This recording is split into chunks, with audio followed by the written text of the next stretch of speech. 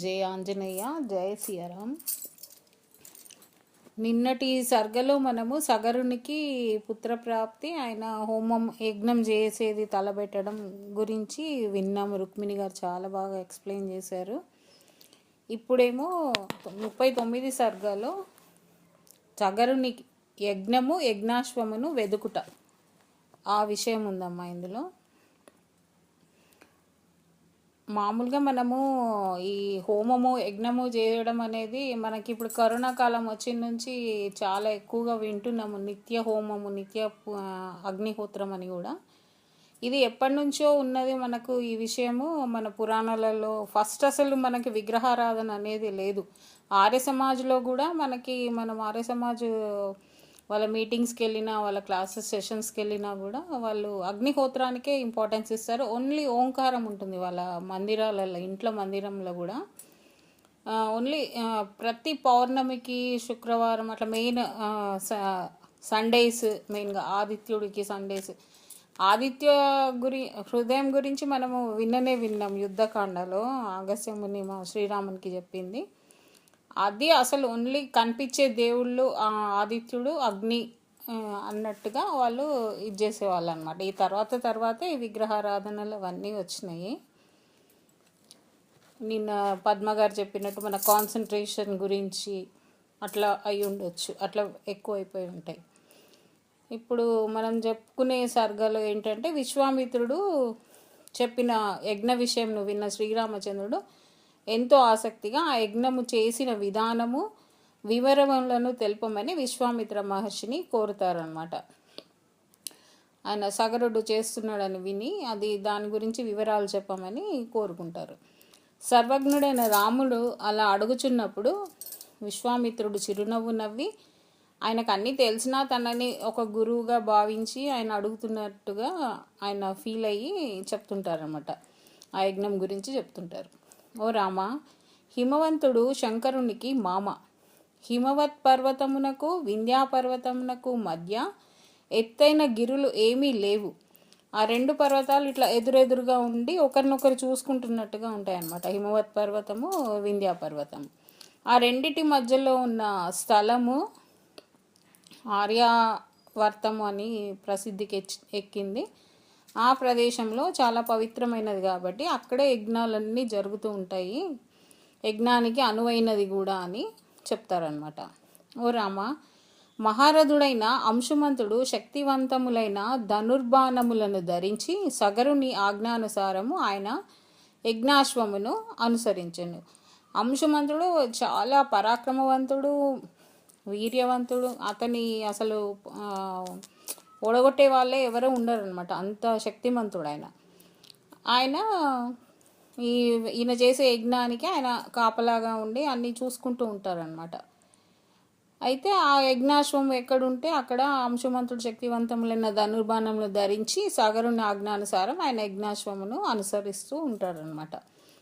అక్కడ ఇంద్రుడు మాయామయ శరీరము దాల్చి ఊగ్ధ్యము ఆ వర్డ్ కరెక్ట్ రావట్లేదమ్మా నాకు. యజ్ఞ మొదటి రోజు పర్వదినమున ఆ యజ్ఞాశ్వమును అపహరిస్తాడు. ఇంద్రుడే వచ్చి దేవతల రాజు ఇంద్రుడే వచ్చి అది అశ్వాన్ని అపహరిస్తాడనమాట. ఓ రాఘవ, ఆ యజ్ఞాశ్వము దొంగలించబడిన మహాత్ములైన ఋత్వికులు సాగరునితో ఇట్లు పలికిరి. అది దొంగలించబడింది. ఇప్పుడు ఆ పర్వదినమున అశ్వమును అపహరించిన వాడిని వెదికి వాడిని చంపి యజ్ఞాశ్వమును తీసుకొని రండి అని తన కొడుకులందరికీ కూడా చెప్తుంటారనమాట.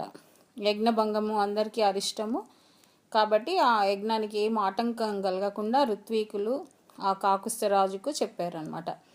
అప్పుడు ఆ మాటలు విన్న సగరరాజు తన 60,000 మంది కుమారులతో ఇట్లు చెప్పాను, అది ఎక్కడున్నా, ఏం చేసినా, పాతాళానికి పోయినా ఎక్కడున్నా సరే మీరు వెతికి తీసుకురావాల్సిందే అని పుత్రులందరికీ 60,000 మంది పుత్రులు కదా సగర మహారాజుకి ఆయన ఆజ్ఞాపిస్తారనమాట.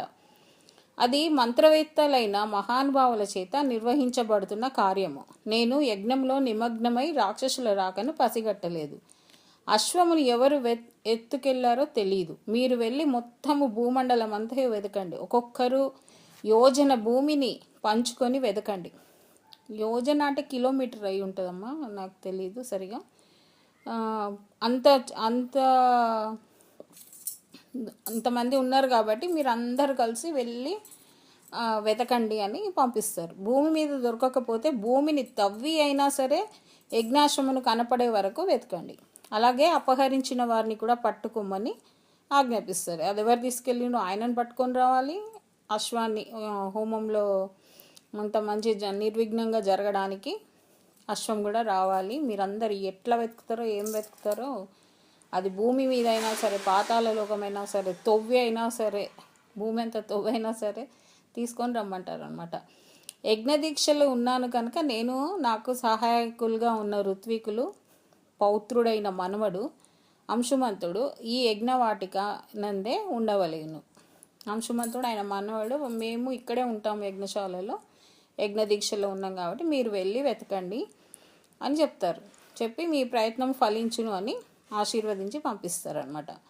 ఓ రామ, తండ్రి ఆజ్ఞ మేరకు మహాబలశాలురైన 60,000 మంది రాకుమారులు బయలుదేరి భూమండలం అంతా వెతుకుతారు. మొత్తం భూమి అంతా గాలిచ్చి వెతుకుతారు అనమాట, ఎక్కడ దొరకదు వాళ్ళకి. కానీ యజ్ఞాశ్వము దొరకలేదు. వారిలో ఒక్కొక్కరు 1 యోజన విస్తారము గల భూతలమును కూడా పంచుకొని వజ్రతుల్యమైన తమ గోళ్లతో భూమిని తవ్వసాగారు. మొత్తం భూమిని అంతా తవ్వుతూ కూడా చూస్తారు, ఎక్కడైనా పాతాళంలో ఉందేమో అన్నట్టుగా. అయినను వారికి యజ్ఞాశ్వము దొరకలేదు. అలా తవ్వుచుండగా ఒక పెద్ద నాదం వినబడుతుందంట. సర్పములు, అసురులు, రాక్షసులు అందరూ భరింపరానంతగా గగ్గోలు పెట్టసాగిరి. అందరూ అరుస్తూ ఉంటారనమాట వాళ్ళు చేసే ఆ భూమి తవ్వే విషయంలో కానీ, వాళ్ళు వెతికే విషయంలో కానీ. ఓ రఘునందన, వీరులైన సగరపుత్రులు 60,000 మంది యోజనములు విస్తారము గల భూమండలం అంతయు 60,000 యోజనముల విస్తారము గల భూమండలం అంతయు మిక్కిలి లోతుగా పాతాళము వరకు తవ్విరి. కింద వరకు, పాతాళం వరకు తవ్వుతూ వెళ్ళిపోతారనమాట వాళ్ళు. అలా తవ్వుచు వారు పర్వతములతో కూడి ఉన్న జంబూ ద్వీపానికి కూడా చేరుకుంటారు. అంతటా దేవతలు, గంధర్వులు, అసురులు అందరూ వేదనతో బ్రహ్మదేవునికి కడకు వెళ్ళి, ఆ పితామహుని సగరుని కుమారులు భూమండలం అంతా తవ్వుచున్నారు కానీ వారి బాధను విన్నవించుకున్నారు.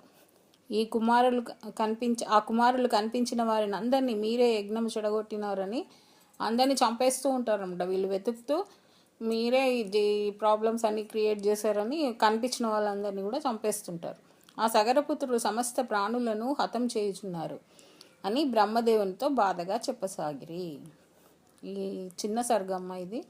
బాలకాండ యందలి 39వ సర్గం సంపూర్ణం. మామూలుగా ఇప్పుడు హోమాలు, నిత్య హోమము అవన్నీ ఇప్పుడు అందరూ చేయాలమ్మా. అట్లీస్ట్ ఆదివారం మనకి యూట్యూబ్ లింక్స్కి వెళ్తే చాలా ఉంటాయి పద్ధతులు, ఎట్లా చేయాలి, ఏం చేయాలి. సింపుల్గా చేసుకోవచ్చు.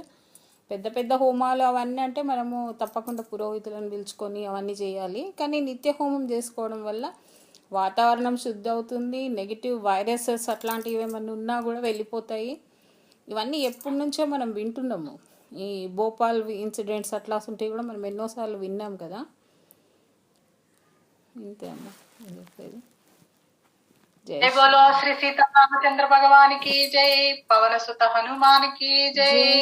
ఉదయం వర్ణగారికి కరతాళ ధ్వనులండి చాలా చక్కగా వినిపించారండి. 39వ సగటు యజ్ఞాశ్వమును వెతకమని పిల్లల్ని పంపించడం 60,000 మందిని. అందులో ఇంద్రుడు మాయా శరమును దాల్చి ఉక్త్యము అండి, కా ప్లస్ దా ప్లస్ యా, ఉక్త్యము అను పర్వదేనమందు యజ్ఞమును ఆవరించుచున్న ఆ సగర్ని యొక్క యజ్ఞాశ్వమును అపహరించనండి. అది ఎలా పలకాలో అన్నారు కదా.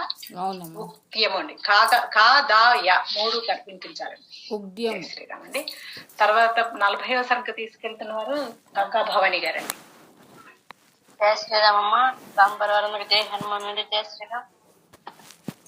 శ్రీరామ రామ రామే రమే రామే మనోరమే సహస్రనామ రామనామ